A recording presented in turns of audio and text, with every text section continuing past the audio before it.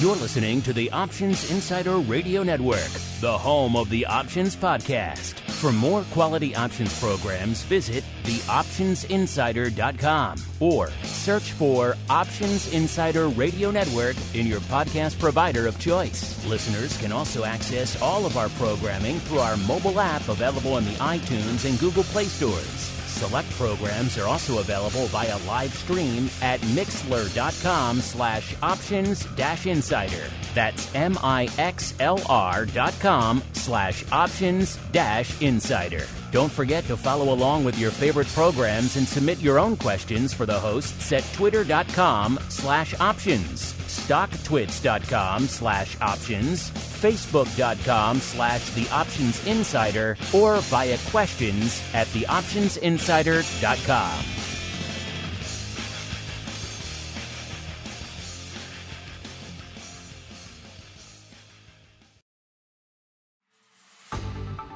Welcome to Volatility Views, the premier program for volatility traders. Each week, we'll take a deep dive into the world of volatility with in-depth analysis, trading activity reviews, strategy breakdowns, cutting-edge education, and much more. We'll also bring you exclusive conversations with the traders, researchers, and asset managers who are reshaping the volatility landscape.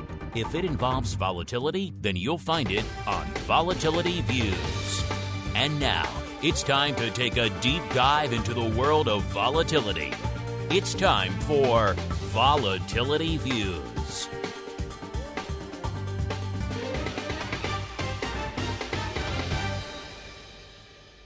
All right, everybody. That music means we are back once again. It is Friday. It is noon Central. It is 1 p.m. Eastern. Do you know what's going on in the vol market? Well, I guess let's find out together, shall we? Because it is time once again for Volatility Views, the premier program for volatility traders. My name, of course, Mark Longo from the THE, optionsinsider.com, as well as from the network upon which so many of you have been binging all week long. Hope your trading week is going well. Remember, if you're just listening to Vol Views, what are you doing? I know this show's been running for over a decade. It's got quite the long-running fan base, but you're missing out on nearly a dozen other programs that are hitting you throughout the week. So make sure, you upgrade to the full network if you're one of our many new listeners who maybe just discovered Vol Views for the first time. We see you out there. Welcome to all you folks out there. B, if you do like what you hear, you're one of our long-running listeners, throw a star, a like, a comment, wherever you get it. It could be iTunes, YouTube, Audible, wherever the heck you get this show. It's available pretty much everywhere podcasts and audio programs are available under the sun. Whatever your platform lets you do, including our mobile app, you can throw some stars that way. We all know there's a massive influx of people discovering these markets. They need a place to turn. Again, we have a long back catalog of reviews, but the algorithms like the new stuff. So if you like what you hear, throw some stars, a like, a comment. It does help new people continue to discover the program. And of course, this is our final program on the broadcast side for the on-demand folks. If you want to keep the party rolling, you want to join us in a little bit for options oddities, as well as you want to check out the great pro Q&As, a lot of great pro Q&As, delving deep into the world of volatility recently. Only one place to go, theoptionsinsider.com/pro. If you get in there now, you could join us ahead of Options Oddities coming up a little bit later today. And, of course, you get access to 250-plus episodes that are already up there. So a lot of listening ready for you the second you hit that button. Of course, live streams, giveaways, all sorts of fun going on. theoptionsinsider.com/pro. As we go around the horn and see who's joining us on the old Volatility Views program this week. First, let's go back to the Southern Volatility Mecca. Just last week, it was the home of the Risk Management Conference. Our guest today, still recovering from the massive vol party that was on his doorstep last week. He is the greasiest of meatballs, Mr. Mark SEBASTIAN from OptionPit.com. Mr. Meatball, welcome back to the show. Have you now fully recovered from the soiree that was RMC, sir? Yes, and I have recovered well. I am fully recovered. I'm glad to see the rodeo bull didn't toss you too hard, sir. Yeah, I actually skipped the rodeo. You skipped the rodeo? Unfortunately. Oh, you missed out on that part. I want to see pictures of the Flowmaster doing it. I heard he was having a good time out there in RMC. And then also joining us in the old guest hot seat this week, it's been a while since he's been on the program, since way back in the heady days of January of 2021. What was going on back then, listeners? Oh, I don't know. A little bit of a meme stock thing popping off. Everyone was obsessed with some name called GameStop. Never heard of it myself. So a lot has gone on in the interim, but we are joined once again by KRIS SIDIAL, the co-CIO over there at the AMBRUS Group. KRIS, welcome back to Volatility Views. Hey, thank you so much for having me. Yeah, it's been a while. It doesn't feel like that long, but I guess it really has been. Yeah, I think you joined us way back in one of the early NASDAQ runs, and yes, it has been quite a while. So obviously, a lot has happened in the markets. Also, a lot of new people have learned about and discovered the world of volatility, and indeed this program since your last appearance. So let's start there. Give all of our new listeners a quick overview on your background in the vol space, as well as what it is you do day to day over there at the AMBRUS Group. Yeah. So I actually started out almost a decade, actually a little over a decade ago. I learned how to trade vol under Bob Cantor, who is actually sort of like a legend on the SEBASTIAN. One of the older school guys that started in the pit. And then I went on to trade prop. I traded prop at two different firms, Chimera Securities and Xanthus Capital. And then I made my way to BMO Capital Markets, where I spent 3.5 years there. And most of my time there was spent trading exotic derivatives. So pretty fun to be trading that stuff. And then myself and a couple of partners who are ex-CTC, ex-Citadel guys, we branched off and we started this TAILRISK hedge fund, and that is AMBRUS. And, when you traditionally think of tail risk hedging, people just think of, buying puts and losing money consistently. And that's really not what we do. What we do is very different, So our approach is more so a carry neutral tail risk hedge. So, we use a lot of short-term active trading to offset the bleed. So, an easy way for viewers to think about this is our goal is to be flat during normal market environments. But in a scenario, if you get, let's say, VIX going up 50, 60, 70, we're trying to return like 200, 400%, right? These really, really large returns.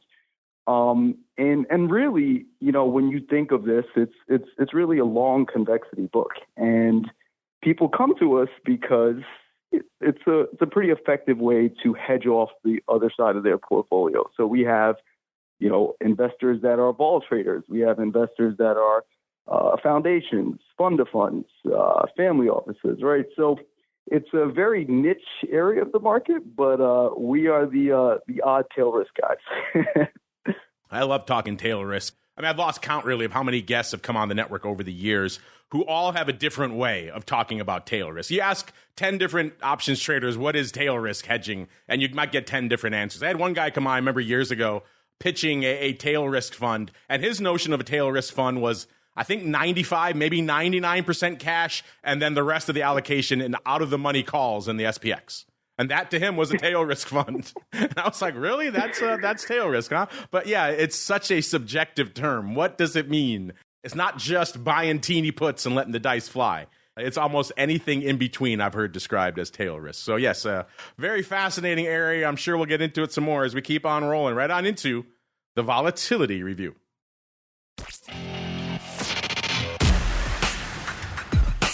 It's time to break down the latest developments in the volatility trading world.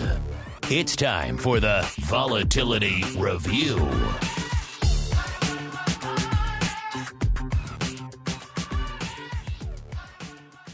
All right, everyone, welcome to the Volatility Review, the portion of the show where we break down the week that was and indeed still is from a vol trading and trending and analysis and unusual activity, all sorts of fun perspectives, and yet another fun week out there on the vol front, with the market once again kind of struggling to find its footing, find its identity going into the end of the year. We, of course, saw a lot of red on the screen in the latter portion of the week. And then coming into today, it seemed like, well, maybe the market might be struggling to go a little bit green. And we had some moments there earlier this morning. The S&P got up to right around that 41.5 level that everyone seems to fixate on, then kind of gave up the ghost from there. And now we've mostly been selling off. As the day has progressed, we have headed into, right as the start of the show, we had the S&P off right around almost 0.5%, about 0.45%. The Dow off almost a full percent, about 0.9%. The NASDAQ clinging, I should say, to green, up about 0.4%. If the inertia continues this way, that'll probably dip into the red pretty soon as well. So it seemed like the bulls had their way for a little bit, and vol was actually starting to retreat. And now that worm turning and vol starting to get a little bit frothier again heading into the weekend. Of course, a lot of things buffeting the market these days. A lot of earnings coming out. Earlier this week, we had some big tech names coming out. Microsoft and Google, certainly the AI vanguards out there. Very much two different stories from an earnings perspective. And then last night, Amazon knocks the cover off the ball. Well, at least partially, I suppose you can say, because initially they were crushing the stock. And then I think it was the COO had to come out and kind of talk things up about their cloud business in AWS. Then all of a sudden, the market grokked it and it turned around, and Amazon, one of the few names that is still up, managing to carry the NASDAQ north. It's up 9 handles right now, so I don't think I'm going to give up that. I'm going to end up red on the day. That would certainly be something. But all that a long way around to saying a lot of different forces buffeting the market right now. Of course, the market got spooked earlier this week as well by the strong numbers coming out of Q3. So that, of course, that kind of growth means the Fed may not be sitting on their hands from a rate increase perspective going down the road as well. So a lot to digest this week. All that coming into VIX back north of 20, a little bit north of 20, though, about 20.3 as we kicked off the show, up about 0.6, down 0.6 of a point. We were almost at a 21 this time last week. So this time last week, you had a little bit of a Loggins joining us on the show. I'm not sure if he's going to make a guest appearance this week. I know that may disappoint some of our longtime listeners. Usually the cutoff for the Danger Zone listeners is around a 25. We snuck him in last week around a 21 just for fun. I don't know if we can keep doing it, though. It cheapens the appearances of the Loggins. VVIX, though, looking frothy. That's screaming a little bit of Danger Zone there. 115 for the vol, up 11 points from this time last week. So once again, vol looking frothy, at least from a vol perspective. So a lot to unpack. Kris, as I mentioned, you haven't joined us since the beginning of the meme stock day, so I don't expect you to take us all the way that far back from what's gone on in the vol market since the last time we chatted. But certainly a lot going on in the last few weeks and months, certainly post-Powell, a lot going on in the vol space. So what's been catching your eye, post-Powell and indeed this week from a markets and from a vol perspective over there at the AMBRUS Group? Yeah, so one thing that's interesting is if you look at 1 month S&P realized vol, it's finally starting to grind higher. All right, we were in a pretty long time period where realized vol was just dead, and you're finally getting that slow grind higher to roughly about 14-ish now.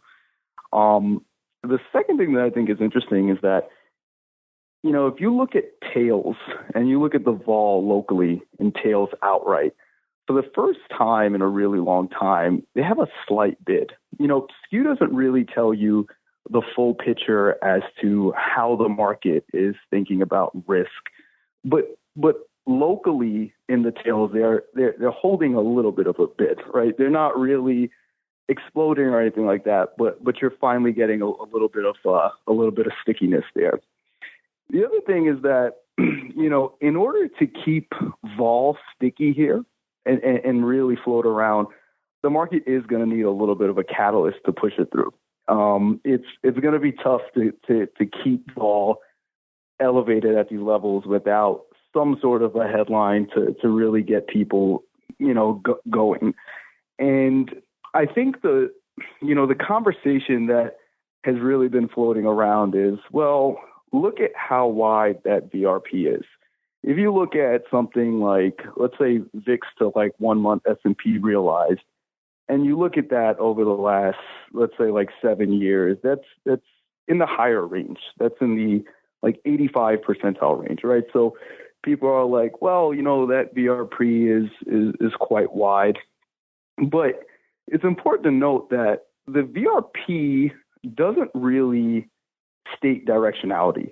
And that's really, really important, right? So if you look at that now, that's roughly about 7 vol points wide. And take an environment like 2017. All right, you look at 2017, which was very notorious for short vol across the board, right? An overcrowding of short vol exposure. And you look at that, and there were times where, VIX was at 10, 11, and S&P realized was at 3, right? 7 vol points wide-ish or so. So I think what we're seeing right now is really this overcrowding of the short vol trades that's kind of made its way back in really big size. over the last 4 years. And it's crazy to think that it's been almost 4 years since we've had a real big, blowout in vol. And, if you are one of these sort of like systematic vol sellers, you've been able to just sell vol close and make money, right? And I think that is something that continues to intrigue us, when we talk to different brokers on the floor and kind of when we look at flow, it's like people are like, well, why is vol really not going higher? And it's really because every single day you kind of get it offered up. So it amazes me that size of that trade continues to balloon bigger. Now, it's not as obvious as 2017, right? Because when you think of 2017, you're like, well, everybody knew there was chunks of vega notional in, those ETPs, right? But today, because you have so many different tenors, right? Like the exchanges have listed so many different tenors, and you have, so many different options in terms of how to express a vol view. It's kind of spread out, but it's kind of the same trade. So, that's one of the things that we keep an eye on is just how much short vol exposure is kind of lingering out there, and how sluggish vol has been in the face of all that. A lot to unpack there, Kris. First off, for all of our listeners who don't speak vol acronym, VRP, of course, Volatility Risk Premium listeners. So, of course, the implied versus the realized out there. But a lot to unpack there, Kris. I'm curious, you mentioned that SKEW doesn't tell you the whole story. Obviously, a SKEW, a big indicator for a lot of our listeners out there. They like to analyze it and crunch the numbers. We talk about it on a variety of different shows, and we're talking about different products out there. But I'm curious for you, what else do you use to really give you a sense of what's going on in the tail? Is it the SKEW plus the volatility risk premium? Are you just looking at the straight far, let's call them the teeny puts, and see what's going on there? What is your preferred measure of tail risk? Well, when you're thinking about tails, I think you have to look at it on a floating strike base, right? So you could say, okay, from a vol standpoint, if I look at and I'm just trying to keep it super simple, let's say a 5 delta VIX call. What has that looked at from a vol standpoint historically? Or you could just say, well, let's go at a 10 delta S&P put. And what has that looked like from a vol standpoint historically? Or you could think about it in premium terms too, for those who may not really be too familiar with vol conversion directly. So I think that gives a cleaner picture, because this is kind of a problem that I've had with looking at SKEW. You could have something where, let's say, you're comparing the at the money. So let's say you compare at the money put to a 25 delta put, right? And let's say the vol is on the at the money put is 10, and the vol on the out the money put is 15. And then let's say now vol goes to, the at the money put goes to 50, and the out the money put goes to 51. Now, vols have jumped, locally insanely higher, right? But yet that sort of measure would tell you, well, SKEW is quote unquote cheaper. It only gives you one sort of a view there, which is not really entirely representative as to what's transpiring from a direct vol standpoint. So that's kind of why it's important to make sure, if you're looking at SKEW, make sure you kind of also assess a couple of other things too. It's funny you mentioned that because we discussed that a lot on the show, particularly last year. We used to joke that last year seemed to be the year where everyone discovered en masse we referred to as the garbage or the junk calls in VIX. We saw a bunch of, pars and above calls lighting it up week after week out there. And we actually back tested some of them, and you're right, they can perform surprisingly well sometimes in bizarre situations. So it seems like last year was the year of junk calls in VIX, and indeed junk puts in SPX. Yeah. I guess you could say that. I think that's one thing that we look at, but there's a couple of other things. We look at like outstanding vega notional that's out there, right? And we try to back into the netting effect of that from like a directional standpoint. So it's one thing to be able to say, okay, there are, 100 options. I'm just using 100 for easy math for people to be able to kind of follow through. But let's say there are 100 options that traded today. It's important to understand the directionality to that, right? Or at least to have a little bit of an assumption as to where the directionality towards something like that stands. If you have 100 VIX calls, let's say 30 VIX calls for the NOVA expiration, is a very different picture if you say, well, 80% of those were bought to open or sold to open.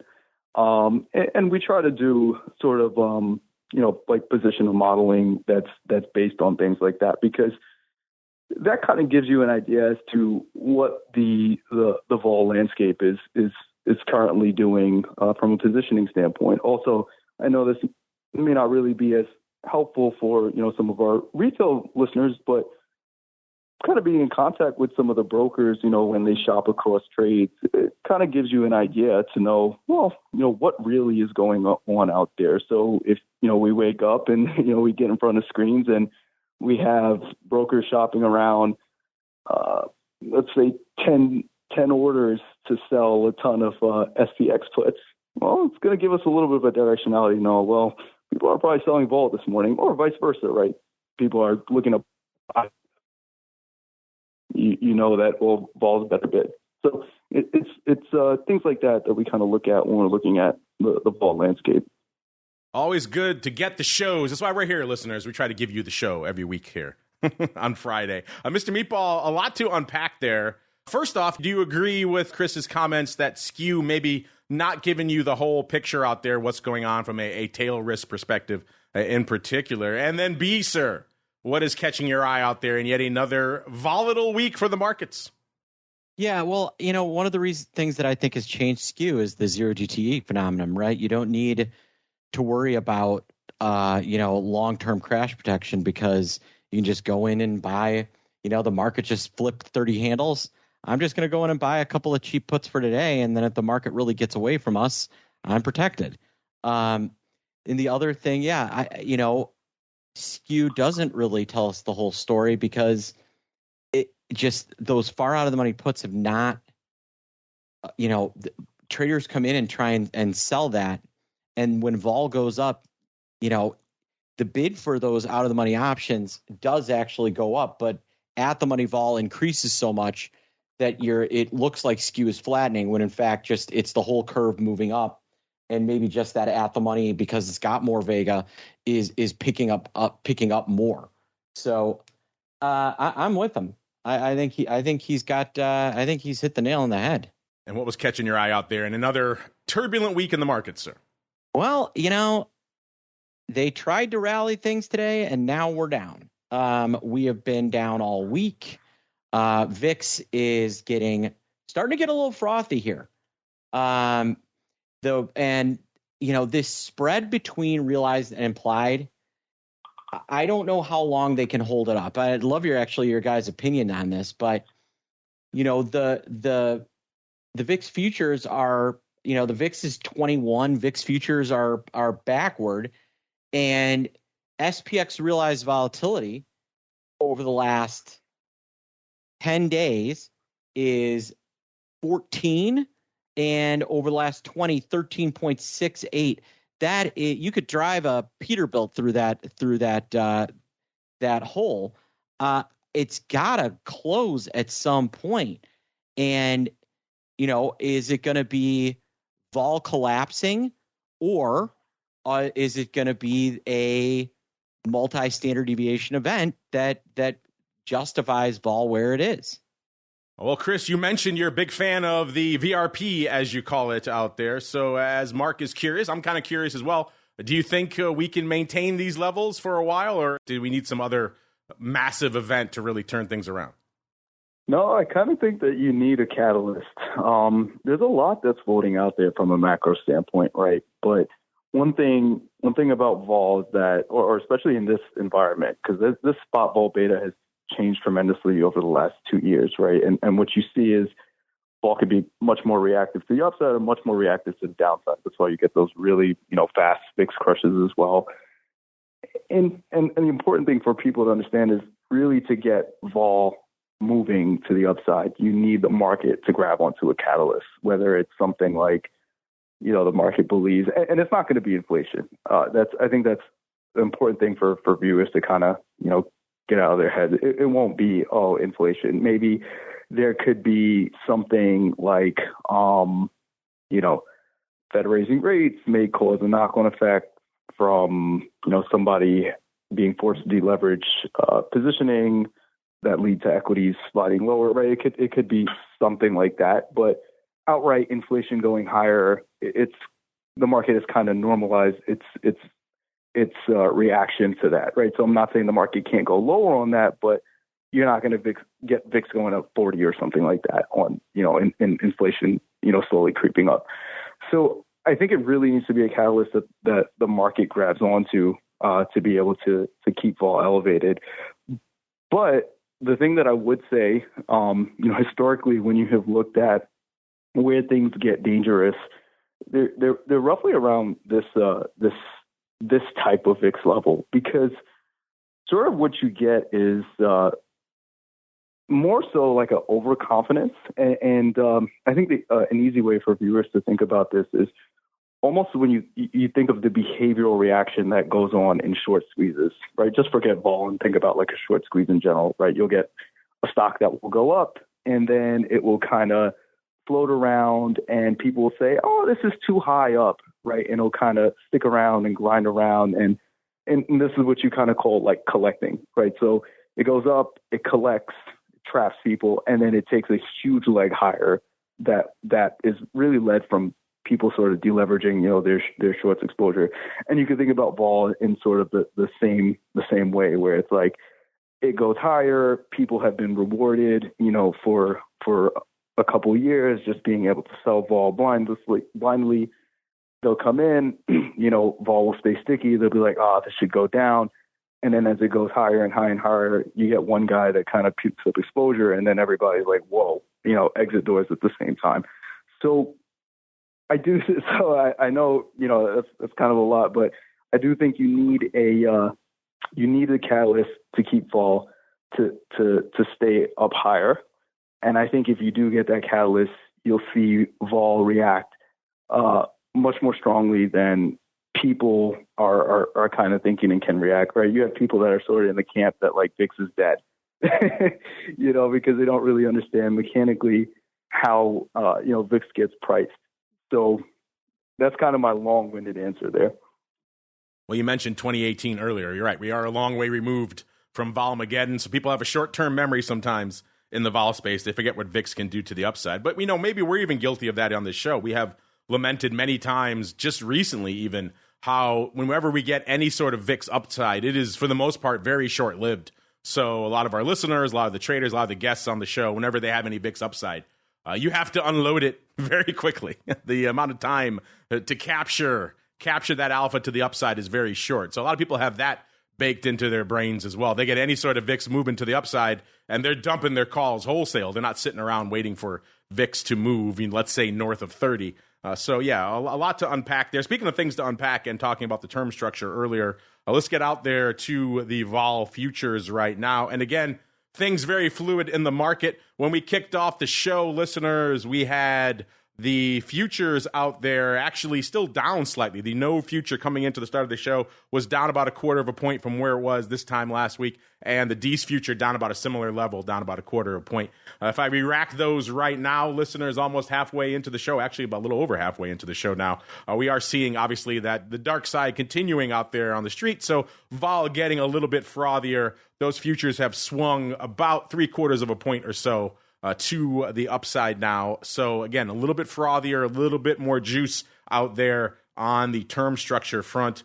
Kris, we were just talking about SKEW. We were just talking about volatility risk premium. How big of a part in your analysis does the vol surface play, and what, if anything, are you noticing out there right now? Huge. I mean, it's big. We track,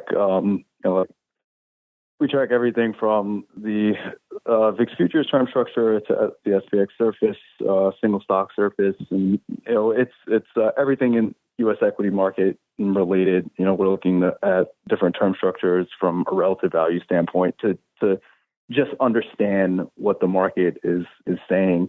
And one thing that I think is interesting is we've been getting this in the VIX futures term structure, we've been getting this backwardation to contango floating around. So we really haven't had much of a push through in either direction. And I know some people just look at backwardation from a month one over, month two standpoint. But what we do is we kind of bake out what we call a weighting. So we'll take the weighting of the 2 front month futures and bake out what the calc should be, right? Because if you just have you're 2 days away from VIX expiration for that front month, and that front month is, high, it doesn't really mean too much, right? If there's 2 days to expiration, when you're thinking about backwardation to contango. So you kind of have to bake out a little bit of a weighting calc into there. And over the last few months, over the last few weeks, you've kind of been getting that floating in and out of backwardation to contango. And, I think that that's an important thing because it's showcasing you what vol is doing or, really what vol is saying. And I think that you've seen that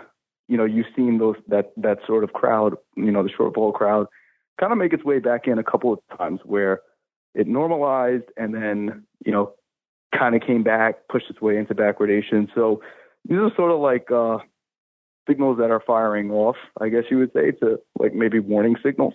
So that's one thing that I find interesting, how the VIX term structure is floating in and out of that backwardation to contango so rapidly over the last few weeks. Some warning signals floating out there in the term structure. Mr. Meatball, same question for you, sir. What are you watching out there in the term structure? And you also seeing some warning signals being flashed by the VIX futures right now? Yeah, the VIX futures term structure is not happy. It's been fluttering between backwardation and flat for a week straight.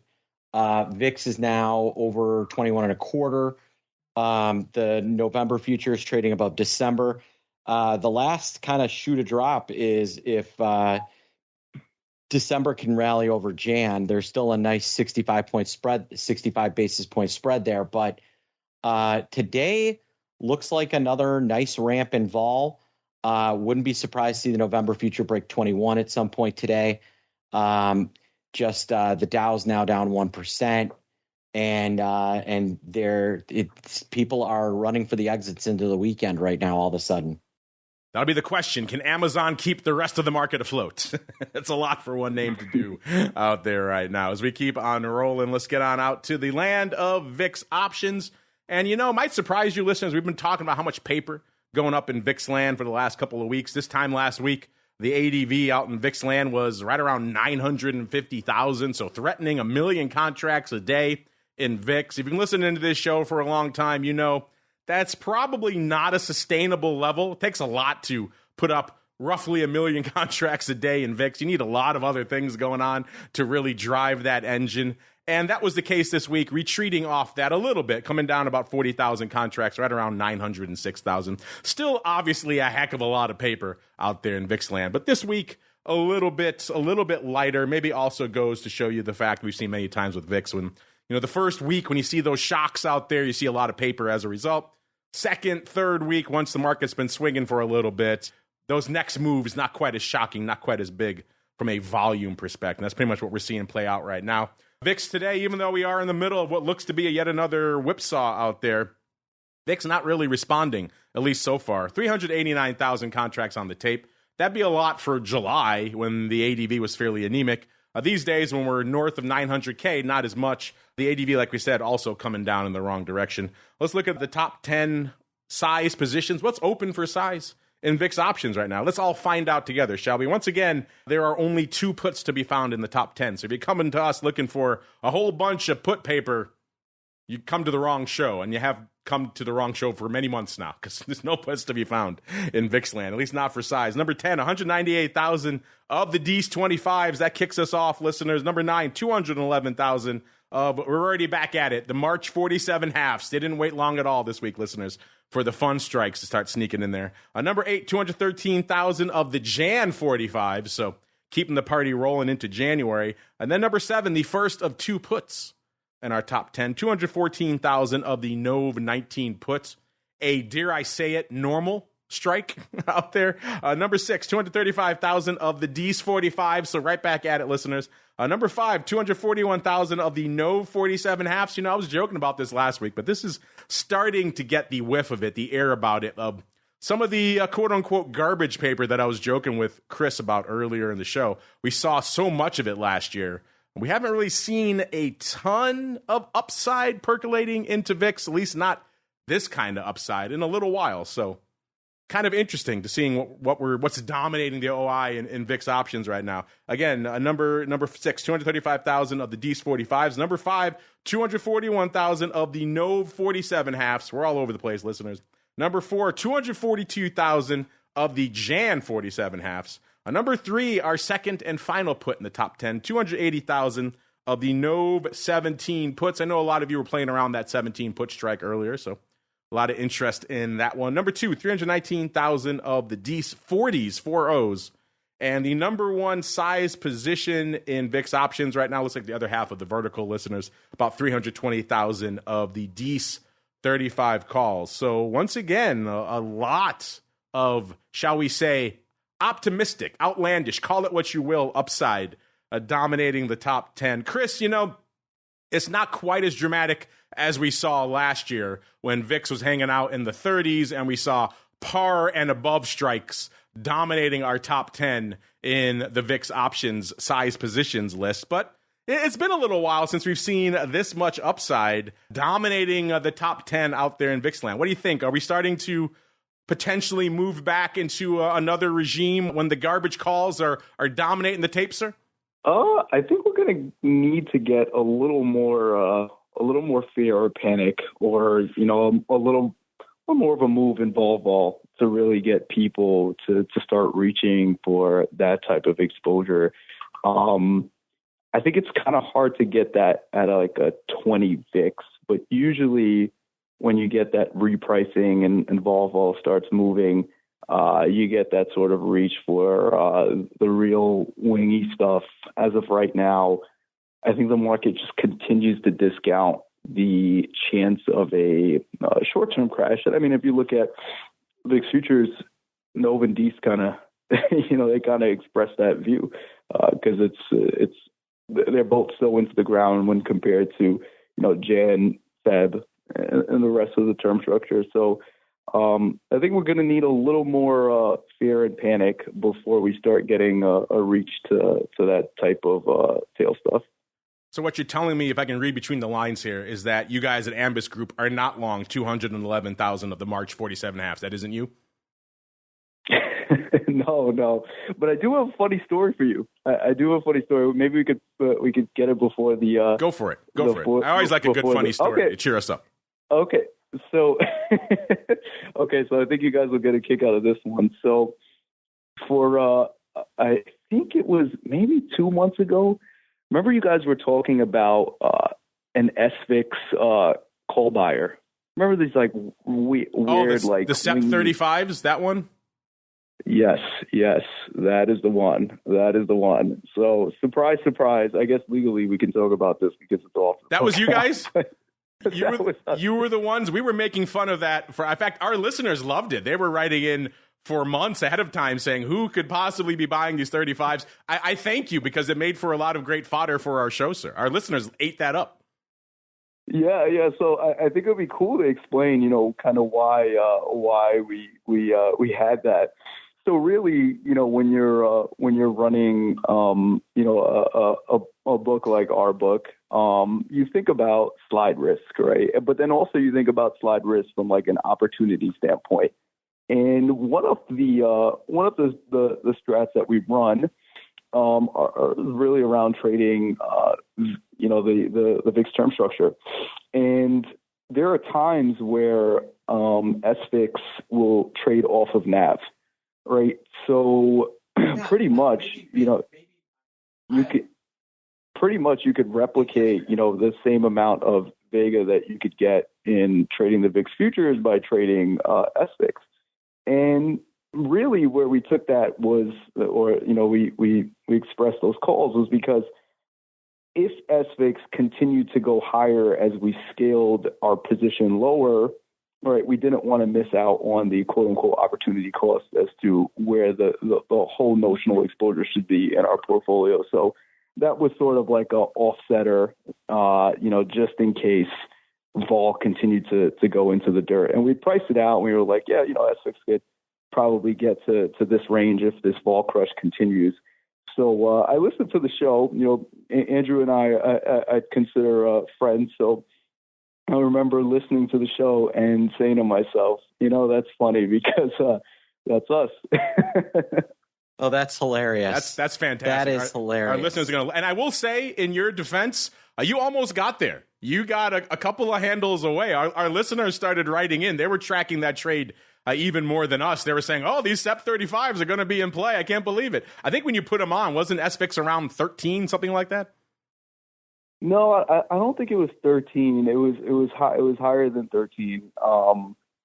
I'd say probably like maybe like low 20s or something like that, or maybe like high teens, but not as low as 13. But yeah, I think from a trading standpoint, the product is interesting because, like I said, it creates a couple of opportunities that run off NAV, and I would say the market makers for the option chains aren't really as I'd say it's not their first priority, right? So you could kind of get some mispricing in those option chains too, which make it pretty interesting to trade.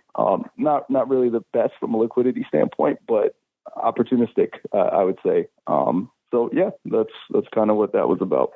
I just pulled it up, sir. You bought them back on March 20th when SVIX was 1409. So you do yourself a disservice. It was pretty low. I stand corrected. Nice.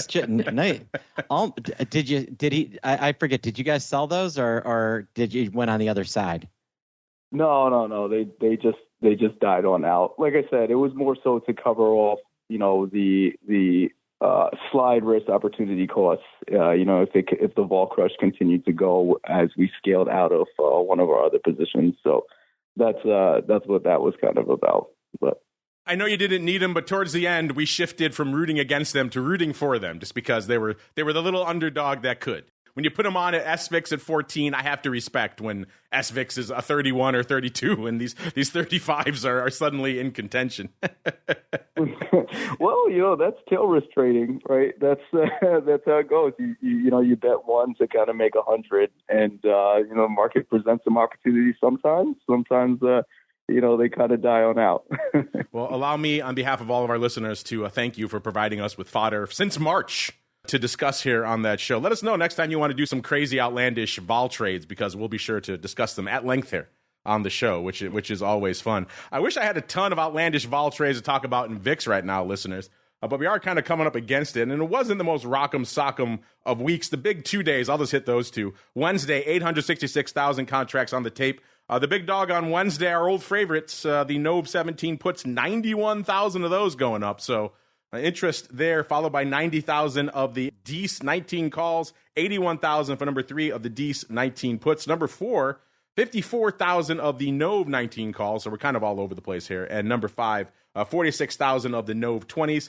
The other most active day was Monday. That's the only day we really threatened 1 million contracts, 987,000. So coming hot off the weekend, obviously a lot of literal weekend risk going on out there right now, so not surprising we'd see a bit of a banger Monday. The big dog on Monday, such as it was, 80,000 of the NOV 40s. So here we are, right back at it, listeners. Followed by number 2, 66,000 of the NOV 35s. Number 3, 65,000 of the DEES 25s.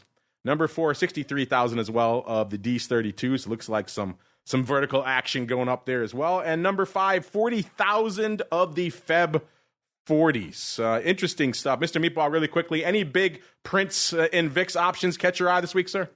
Not off the top of my head. Let me see what's happening today, because I would expect today would start to get some interest. And, not a ton, just like reversals today. and some small upside call buying, you would think they would be a little more interested with everything going on, but maybe it's part of the reason the VIX is so frothy is because everybody's already in. Biggest trade on Thursday was a 20,000 lot call spread of the 2732 in Nove. Biggest trade on Wednesday was, they did a 1917 risky, but that about 50,000 times. That was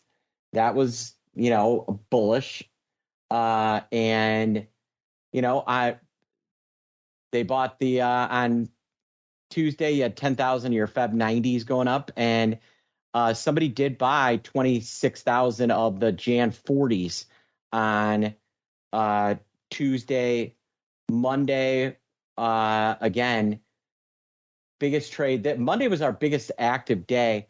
We had a 64,000 lot buyer of the DEES 2532 call spread, and we had a buyer of the November 3540 November 3540 call spread. Do that 58,000 times, along with a 30,000 lot call buyer, the Feb 45s. Or no, it was a 1x2. It looks like they bought Feb 40s, sold Feb 45s on a ratio. Kind of an interesting one. So, Monday was really the day. Everything else kind of nothing. Kind of nothing, yes. Speaking of nothing, Chris, ever since your SVIX went away, it's been kind of boring. SVIX right now, it was unched when we kicked off the show. It's now back down to a 23, so down 1 point from where it was this time last week. And a heck of a lot of nothing going up today, 1,100 contracts. The ADV around 5,100. So, Chris, we need you to put on some more paper out there to make SVIX exciting again. That said, someone might be stealing a march from your playbook here, or maybe it's you coming back in for more size. I don't know. But the top size position right now in SVIX are 6,733 of the Nove 28s. I will say the Nove 28s don't quite have the same level of optimism, the same level of magic for our audience as, let's say, the SEP 35s back when SVIX was 14 versus right now. SVIX at a 23, yeah, we could easily see 28 again, so not quite as exciting. So what I'm saying, Chris, is you need to get back out there and put on some more fun paper for us to parse here in SVIX. Yeah, we'll see what we can do.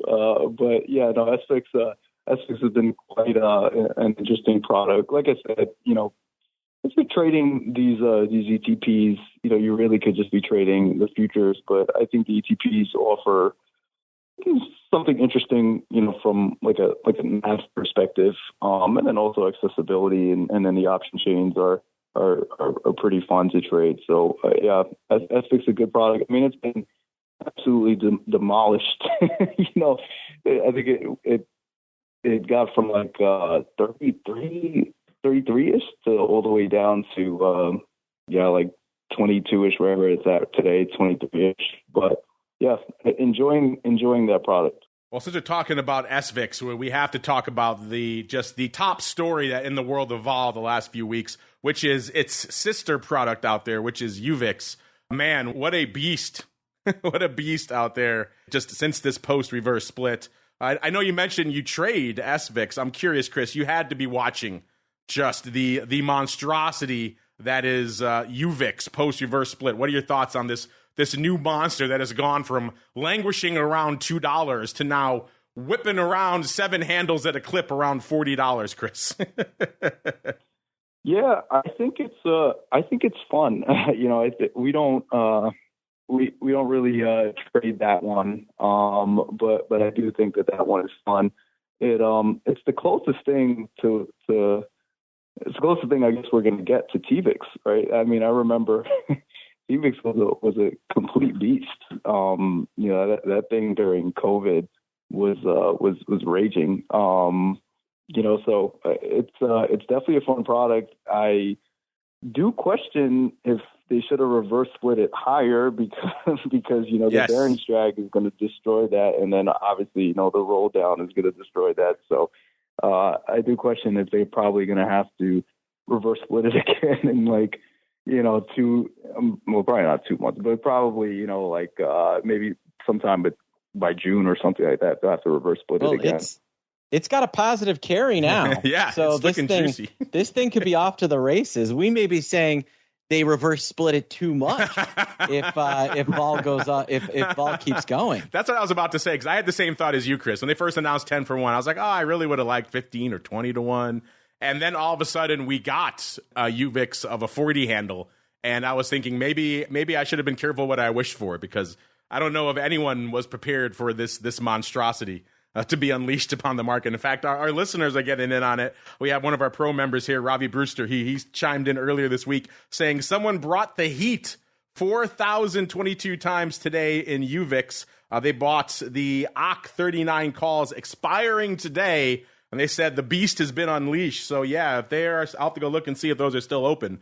But yeah, if they bought the OC 39s, they're looking pretty good right now, because UVIX has swung, as it is wont to do, a few handles just since we've been talking. It was at about a 41 when we kicked off the show. That puts it down about, I think it was about a point on the week. It has swung to north of 43 right now, so it's up 2 points. So those 39s are still looking pretty good. I looked here, the top positions coming into today was a whole bunch of pre-split adjusted stuff. So I'm assuming, Ravi, they might have unloaded those. But Mr. Meatball, did you notice that print going up in UVIX? And what are your thoughts on the beast that continues to rampage in the vol space, sir?